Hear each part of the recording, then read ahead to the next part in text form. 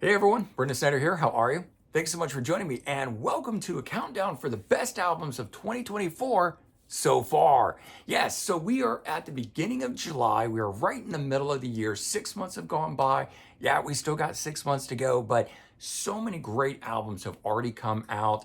I always track my top 20 for the year, pulling things in, putting things out. And so this is it. This is where I'm at right now at the beginning of July for my best albums of 2024 so far. We're going to dive into that here in just a bit. But if you're new to my channel and you haven't already hit the subscribe button, please do. Also, leave a comment, hit like. All those things do help support my channel. I'd greatly appreciate it. And if you turn on notifications, you're never going to miss an episode just like this, where we are doing a countdown for the best albums of 2024 so far. All right, let's dive right into this. Number 20 goes to Got Us, self-titled album that came out January 19th. So right out of the gate, we had some great albums. Debut studio album. The band itself formed as a live project for Crocus guitarist Mandy Mayer, who's also played with Goddard. So if you take both of those, Goddard, Crocus, you get Gotus or Gotus. And so that's where we get the weird name. But listen to who's in this. We have three former members of Crocus in here. Mandy Mayer on guitar from Crocus, Pat Abbey on drums, Crocus, and then Tony Castell on bass, who's also played with Crocus, Alan Guy on keyboards, and then for vocals, Ronnie Romero. Of course, he's played with Rainbow, and he sings for everybody else under the sun. One time with Vandenberg, and over here, doing this. But a great vocalist at that, and a really killer project, so I'm enjoying it. That's why it's coming in at number 20 for me. Then we got former Kiss guitarist coming in at number 19, Ace Frehley. 10,000 Volts came out February 23rd, his 10th studio album. Thing is, with this, it's produced and co-written and played by Steve Brown. And from my feeling on this album, it's a great album, number one. But it is more a Steve Brown album than it is an Ace Frehley album. And Ace Frehley has even admitted that Steve Brown played some of the solos on it, not Ace. So, great album, but I really feel like it shouldn't have been called an Ace Frehley album. It should have been called Ace Frehley and Steve Brown, or they could have come up with a band name or whatever. So, killer album, just not quite the best Ace Frehley album, but a good album nonetheless. Okay, coming in at number 18, Sonic Universe, It Is What It Is, came out on May 17th. Debut studio album. The band features, actually I'll flip it around because we got all the guys right there. Corey Glover on vocals from Living Color, Mike Orlando on guitar from Adrenaline Mob, Booker King on bass, and Taekwon Jackson on drums. So something strange has happened recently. I went to go stream this, and it was no longer called Sonic Universe. It's now called Corey Glover's Universe. So I think they might have lost the rights to the name. There's a comic book out there called Sonic Universe. There's some other things. I think there's other bands that are named that as well.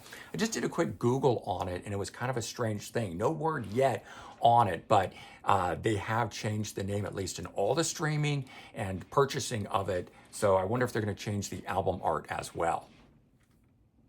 Next up at number 17, we got glam metal band Babylon AD. Rome Wasn't Built in a Day. It came out on May 17th.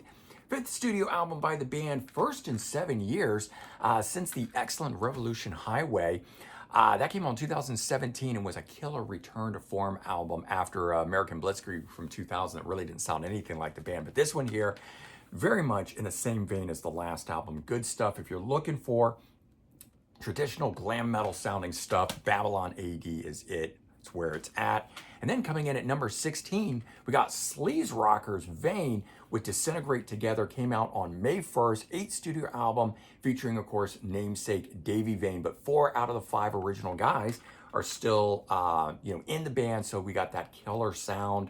It is currently only available from the band's website, so I had to order it through there. I've not seen a wider distribution of it yet, but would highly recommend checking out those two glam metal acts if you're fans of that from back in the day. Okay, and coming in at number 15, we got Swedish heavy metal band Lucifer, and Lucifer 5 came out January 26th, 5th studio album. So female-fronted band, there she is right there. But what I like about the group is that it also features Nikki Anderson, who plays guitar with the Helicopters, and I've recently become a fan of the Helicopters. And so being able to get more stuff by him, and now that he's writing and doing everything with Lucifer, it's definitely I don't know, I think made a real step up in this stuff that's here. So very cool. All right, next up we've got new wave of British heavy metal legends, Saxon, coming in at number 14, Hell, Fire, and Damnation. Their 24th studio album. I can't believe this band is still going on, having put out that many albums. Cool thing is, actually to keep it flipped around for you guys, this is the first one to feature Brian Tatler from Diamond Head on guitar, and I think it gave them a huge shot in the arm. I am loving this album so much. Whether it's him or it's just the energy that he brought with him, I don't know, but I feel like the band is reinvigorated and has one of the best albums they've released in a really long time.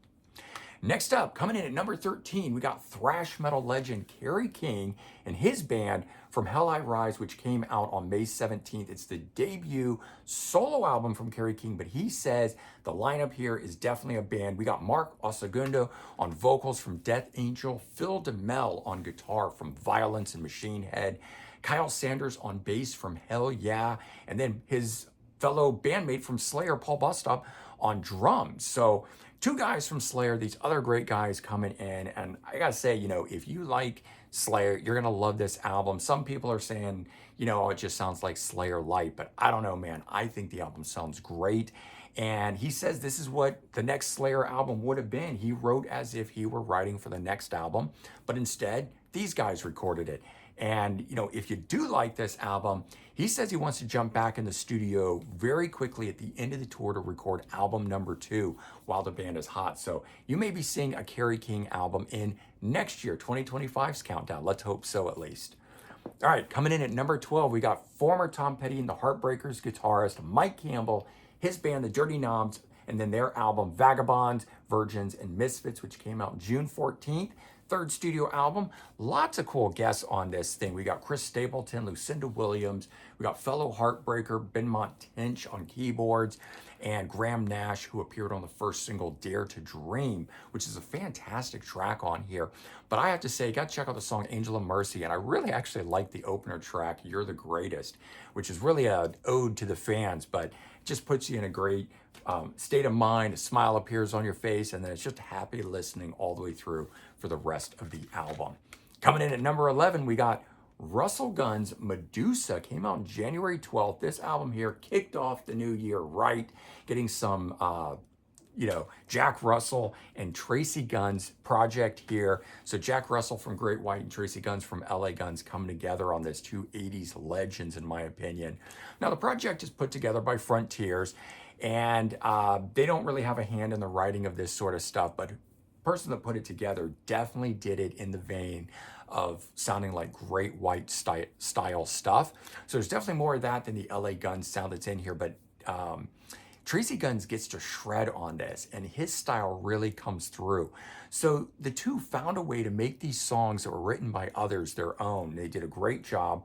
The thing is, we've got other guys from LA Guns playing on here. We got Johnny Martin, and Shane Fitzgibbon. So you really got three guys from LA Guns on the album, with Jack Russell fronting it. So if you wanted to know what LA Guns would sound like with Jack Russell, check out this album. It's basically it. All right, moving on. Coming in at number 10, we got 80s rock legends Bon Jovi, Forever. Came out on June 7th, 16th studio album, and first one in 4 years since 2020. The album 2020 had focused on a lot of darker topics, the current state of the world, which nobody was happy with at the time, but I think it was a great album that captured the moment. This one here, though, instead focuses on joy, and it's just a nice change of pace from that. So it's a very happy, uplifting sounding album.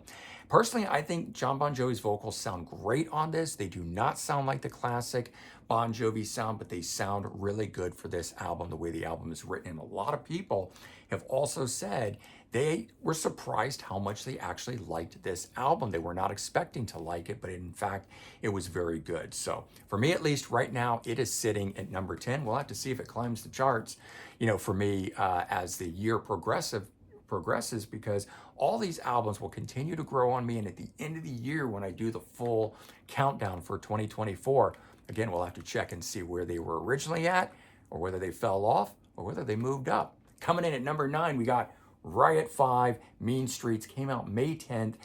Continuation of the Mark Real version of the band Riot. Since his passing, though, they've changed the name to Riot 5, and third studio album by Riot 5, but the 17th under the name Riot. Produced by, or I should say recorded by Bruno Ravel of Danger Danger, and I think he brought a great style of production to this. But this album here, really have to give it to the lead vocalist, who sounds phenomenal on this and has done the last 2 albums as well. So all 3 of these Riot 5 releases have him. And just phenomenal over-the-top vocalist, quickly becoming one of my favorites out there in the metal genre. Coming in at number 8, we have Grand Slam. Wheel of Fortune came out June 7th, second studio album featuring original guitarist Lawrence Archer, still in the lineup. So a continuation of the Thin Lizzy offshoot band that had Phil Lynott in it. They never recorded an album proper. Jump ahead to 2016, and then in 2000, when they reformed in 2019, the band puts out its first official album, and this here being its second official album. We got Lawrence Archer on guitar, Rocky Newton on bass from Michael Schenker Group, Mike Dyer is the vocalist. I think he does a phenomenal job. Benji Reed on drums, and 10 tracks on here. You get 1 remake of a classic Grand Slam demo song from back in 83, 84 that was called Harlem, rewritten into the song Come Together in Harlem.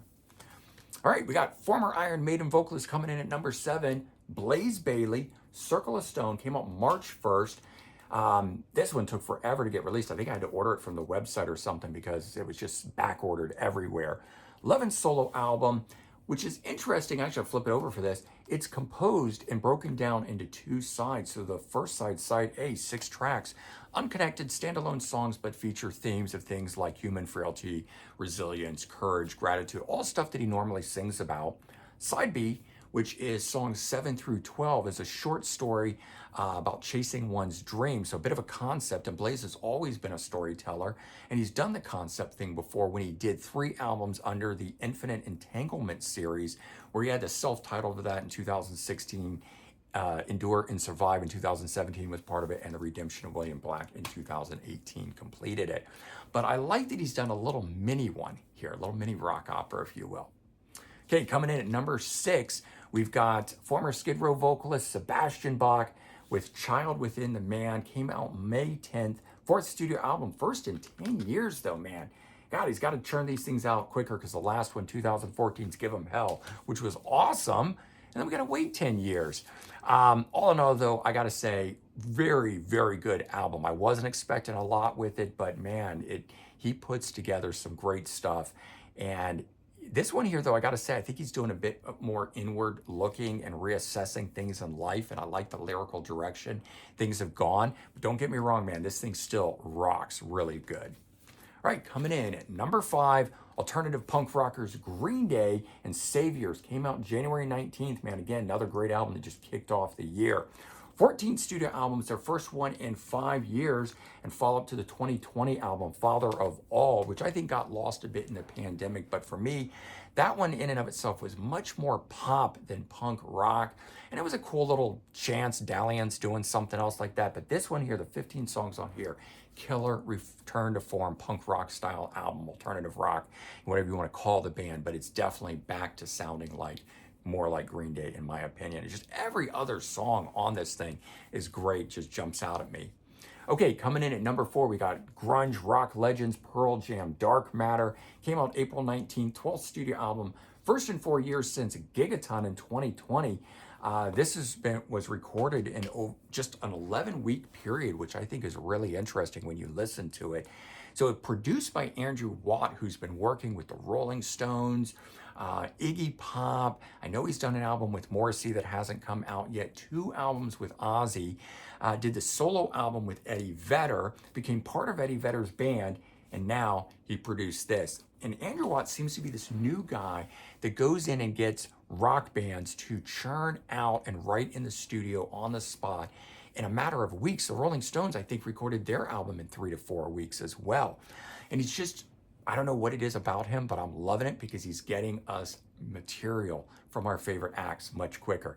And this one here is an amazing album from Pearl Jam. If you haven't checked it out, really do. It is a killer return to form sounding album.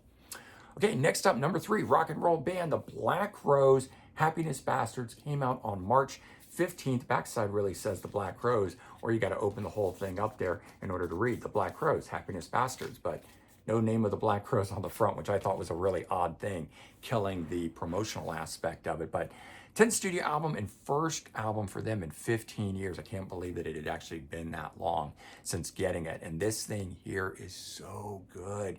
Just great return to form sounding Black Crowes material.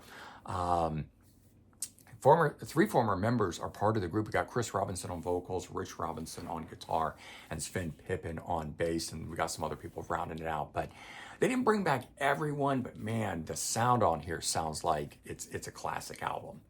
Okay, coming in at number 2, we got Iron Maiden frontman Bruce Dickinson. The Mandrake Project came out March 1st, 7th solo album, which in my opinion is a concept album, although depending upon who you talk to or what you read, the album is turned into a concept for a graphic novel, but it's not a concept album. But if you have the graphic novel that uses everything in the album telling the story, doesn't it make the album a concept album? Anyway, doesn't really matter. First album, solo album for him in 19 years. It is recorded and produced with longtime guitar player Roy Z, who I think is an excellent partner for him in this. He does a new version of the Iron Maiden song, If Eternity Should Fail, which tells a story. It's part of the concept, so that's where I'm going with it. But all in all, very cool album. This one here didn't get a lot of love from Iron Maiden fans and Bruce Dickinson fans, but I have to say, I have continued to return to this album over and over and over again since it came out. I don't know why. I actually like it more than the most recent Iron Maiden material. So maybe that is why it is placing where it is placing in here. Okay, and coming in at number 1, we got Metal Legends, Judas Priest, Invincible Shield. It came out March 8th. 19th studio album produced by Andy Sneap, who now also does additional guitars and plays live with them. Glenn Tipton's still listed as playing on the album, although I don't know how much because, of course, he is dealing with his ongoing Parkinson's disease. But I know he has good days and bad days, and on the good days, he was writing and recording, and when he couldn't, he would explain what he wanted done to Andy Sneap, and Andy Sneap would do it for him.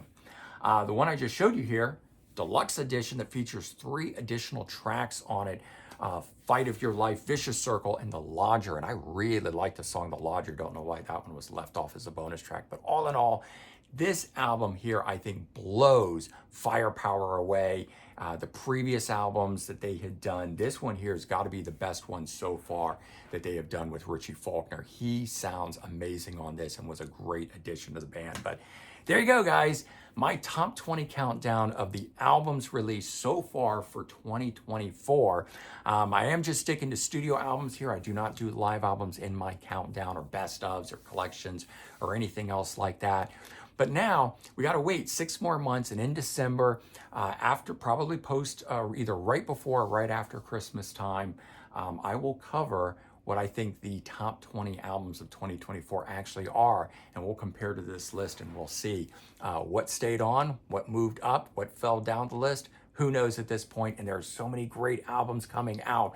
We still got the new Deep Purple. I know that one's going to rank high for me. I've heard rumblings. There might be a new Yes album. And so there's a bunch of them. The David Gilmour solo album, don't know where that one's going to fall, but there's a lot of them that will have to knock something off of this list. And I don't know what it'll be because these albums are all so good. In fact, when I was grabbing this and putting it together, I saw other albums that I said I couldn't believe aren't on here, like the new Black Country Communion. That album is so good, and I realized it's not on my list, but I just don't have space for it. Anyway, hope you guys enjoyed this so far, and I'll be talking to you real soon. Stick around on my channel, check out other things, cool other top 10s, discussion topics, album rankings, and hopefully you'll enjoy all that just as much. All right, everyone, take care, have a good one, and I'll talk to you real soon. Bye-bye.